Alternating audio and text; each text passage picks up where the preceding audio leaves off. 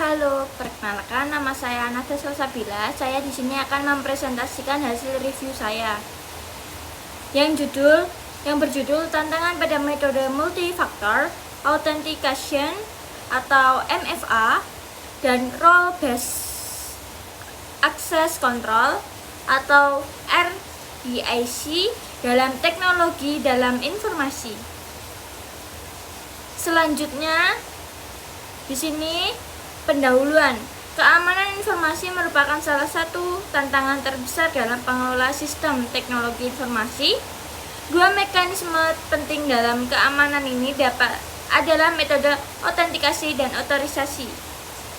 Artikel ini mengulas 5 artikel ilmiah yang membahas tentang tantangan dan metode autentikasi, multifactor authentication atau MFA, dan metode otorisasi role based access control atau RBAC. MFA memberi lapisan keamanan tambahan dalam hal autentikasi, sedangkan RBAC digunakan untuk mengelola akses berdasarkan peran pengguna dan organisasi. Selanjutnya ada tantangan metode multifaktor. Permasalahan utama di sini MFA mengharuskan pengguna untuk memberikan lebih dari satu faktor autentikasi. Misalnya kombinasi kata sandi dan kode OTP. Meskipun lebih aman dibanding autentikasi faktor tunggal, terdapat beberapa tantangan terkait penerapannya. Yang pertama, kompleksitas pengguna. Pengguna seringkali menghadapi tantangan dengan proses autentikasi yang rumit, yang seringkali menimbulkan rasa frustasi. Masalah ini khususnya terasa di antara mereka kurang paham teknologi, yang meningkatkan kemungkinan untuk menggunakan praktik yang kurang aman seperti perangkat yang tidak aman. Yang kedua, serangan man in the middle atau MTM. Meskipun MFA meningkatkan keamanan, resiko sering seperti MITM tetap ada karena dapat mengubah salah satu faktor autentikasi, terutama saat SMS digunakan untuk mengirim OTP. Yang ketiga, biaya implementasi. Organisasi menghadapi biaya infrastruktur yang cukup besar saat mengadopsi MFA, terutama jika menghadapi perangkat keras khusus atau layanan eksternal untuk menghasilkan faktor autentikasi tambahan. Selanjutnya ada solusi metode multifaktor. Yang pertama, meningkatkan user experience, meningkatkan antarmuka pengguna agar proses MFA menjadi lebih mudah digunakan, seperti menggunakan metode autentikasi berbasis biometrik yang lebih cepat dan intuitif. Yang kedua, simpan kode pemulihan.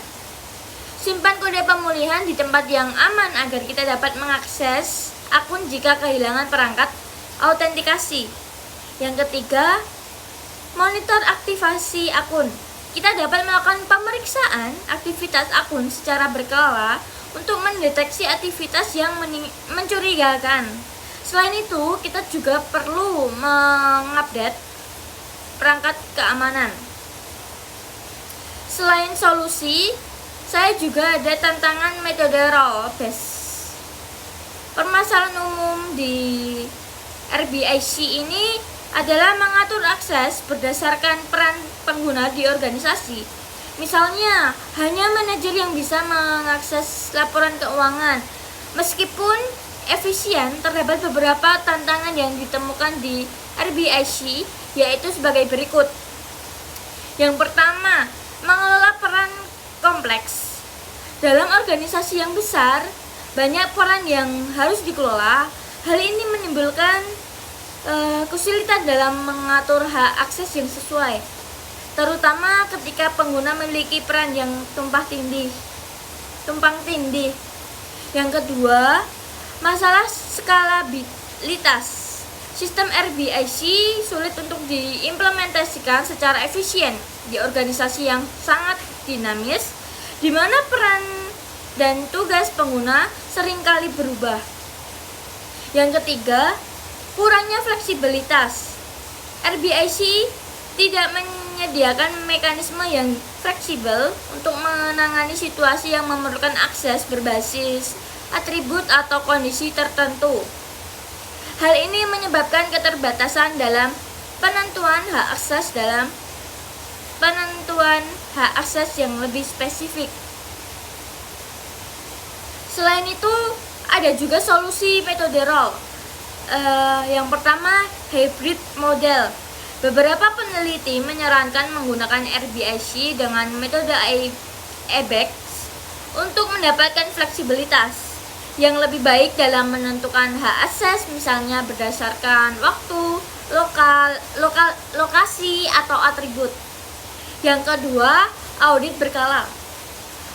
Melakukan audit rutin terhadap hak akses yang dimiliki pengguna untuk memastikan bahwa tidak ada peran yang diberikan secara berlebihan dan semua akses dengan kebutuhan pengguna.